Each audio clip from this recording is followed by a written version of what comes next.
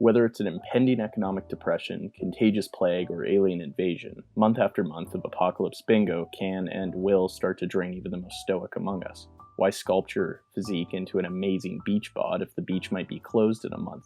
Why keep studying all these stupid, useless facts if you're graduating into one of the worst job markets of all time? Why do anything at all if nothing is certain and life is just one painful day after the other? Well, one well-known and ancient school of thought that in name crowds the titles of self-help articles, motivational videos, and mental health conversations also holds serious relevance to these unprecedented times: Stoicism. This school of thought, above all, argues for strength and self-discipline in order to avoid and overcome destructive emotions, such as anxiety, anger, and jealousy. To do so, one must be a clear thinker, mentally free from biases and prejudice. This would be achieved through logic, reflection, and serious focus. Overall, the goal of Stoicism is to live according to reason and virtue, free of suffering and fully in agreement with one's nature. As a byproduct, one may live in a state of ataraxia or pure calmness. The question then is how we could go about living like a Stoic. Well, here are 4 practical ideas that one could adopt in their journey to deal with uncertainty. Certainly, one could argue that the Stoics living centuries ago are far removed from the suffering of the modern individual. However, one would have not yet met Epictetus.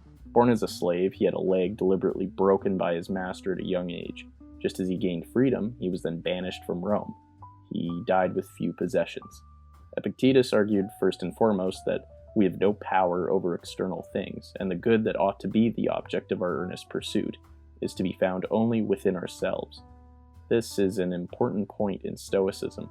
For the Stoics, there is the external world and the internal world. The external cannot be controlled. The internal can be controlled. The stock market, government policy, whether that person you like feels the same way. These are very much out of your influence. You can even take it to the extreme and imagine someone imprisoned or enslaved, such as Epictetus, with practically nothing in their control. Understanding that we have very little control over a whole lot should be an anxiety-relieving insight. As Seneca states, we suffer more in imagination than in reality, and this is a fact largely due to our inability to realize that we worry about things that we cannot control. In this regard, the Stoics advise us to limit our imagination. Well, what about the internal? Can we control anything? Importantly, as the psychologist Viktor Frankl points out, everything can be taken from a man but one thing, the last of the human freedoms: to choose one's attitude in any given set of circumstances. This is the internal world that Stoicism values, where one may still choose how they will confront reality.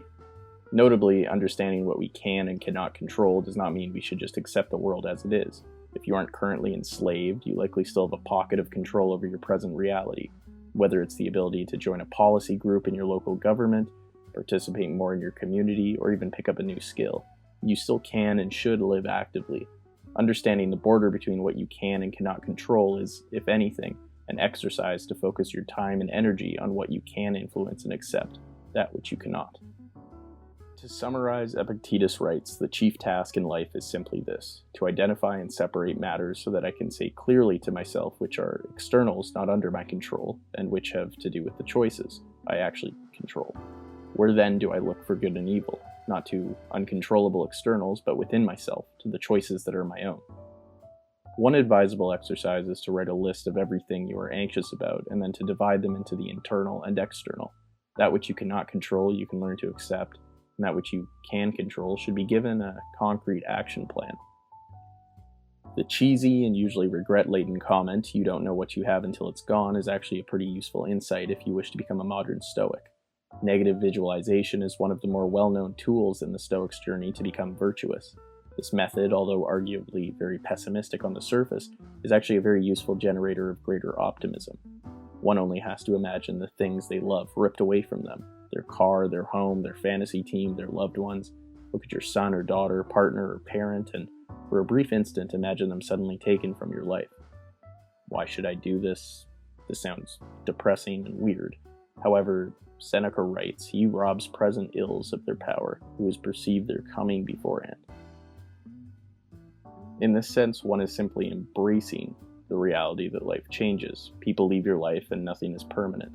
Through visualizing losing everything that you care about, you ask yourself if nonetheless you can carry on, if the internal freedom you possess to confront the chaotic shifts of the external world can really hold up to a life lived without someone or something that you love? If the answer is no, that's perfectly fine. The other brilliant thing about this exercise is that you quickly become very grateful for what you have in your life. After some time, we can treat those around us and what we have as a guarantee. From this, we tend to forget exactly why we loved them, exactly what it is about them that enhances our lives. Take the most basic form of this, for example. We love our bed. We probably have spent very few nights not sleeping on a bed. In fact, it's probably a little strange to imagine what it would be like if our bed didn't exist. If, for example, we were homeless. The Roman Stoic and Emperor Marcus Aurelius, from a young age, supposedly would sleep on the floor from time to time in order to practice this very exercise. That is, until his mother convinced him to sleep in a bed. This practice likely helped him in two ways. He knew that even if he had no bed and was sleeping on the streets, he could still get by. Secondly, he came to a greater appreciation of his present comforts. We can take this a step further. Imagine losing something most of us take pretty seriously, our own lives. Death is probably the only thing we feel least prepared for. However, the Stoics argue that if one is truly living a meaningful life, they would not live in fear of death. After all, it's kind of the only certain thing about life. We should meditate about our own deaths more regularly. For one, it prepares us for the inevitable time when we do have to leave. Secondly, it contextualizes our current lives. Why are we scared of death? Are you afraid of the discomfort of what lies beyond? Marcus Aurelius writes, "Stop whatever you're doing for a moment and ask yourself, am I afraid of death because I won't be able to do this anymore?" If it's the latter, then keep doing what you're doing. That usually means that you're living and not merely passing time until yours is up. It is not death that a man should fear, but rather he should fear never beginning to live, writes Aurelius. Are you afraid because there is so much left to see and do? Well, good news, you're still alive, and in this little time you have, make the most of it. As Aurelius advises, don't behave as if you are destined to live forever. What's fated hangs over you. As long as you live, and well you can, become good now. How does one become good now? One important idea is strongly connected to the first point of embracing the internal over the external.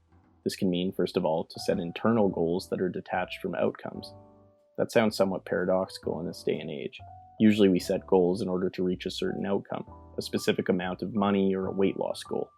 The Stoics recognize the uncertainty of externalities, that a recession can hit or a fast food chain could open up right next to your workplace. Instead, focus in on what you can control despite all else. Do you want a relationship? Don't go on an endless stream of dates in the hopes that it will work. Instead, focus on making yourself a catch. Imagine each goal as an excuse to do what you really want to do. The happy mountain climber doesn't set the goal of climbing to get to the top of the mountain. Instead, they set the goal of getting to the top as an excuse to go mountain climbing. Whether you get to the top or not isn't certain. Nonetheless, the climber gets to enjoy the climb. That's not enough, however. The Stoics also believed in living clearly and in accord with nature. What exactly does this mean? Stoicism, to a certain degree, treats the matter as if it's entirely obvious. Waste no more time arguing what a good man should be. Be one, writes Aurelius. However, they also had a clear notion of what being good meant. As Aurelius also wrote, you should come across anything better than justice, truth, self-control, courage. It must be an extraordinary thing indeed. There are 4 virtues: courage, temperance, justice, and wisdom. Regarding courage, note that this isn't only in times of crisis.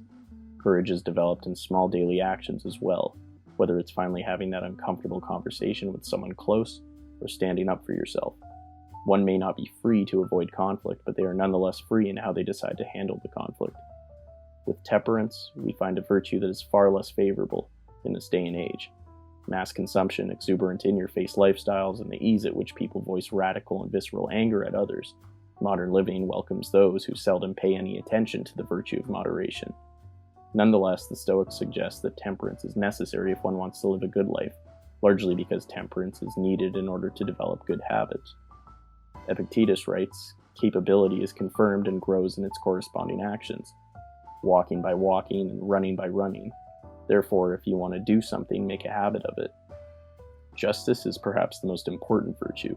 In fact, the Stoics argue that doing the right thing, advocating for justice, for what is right, is the core of all other virtues. How can this be practiced? Aurelius tells us that if it is not right, do not do it.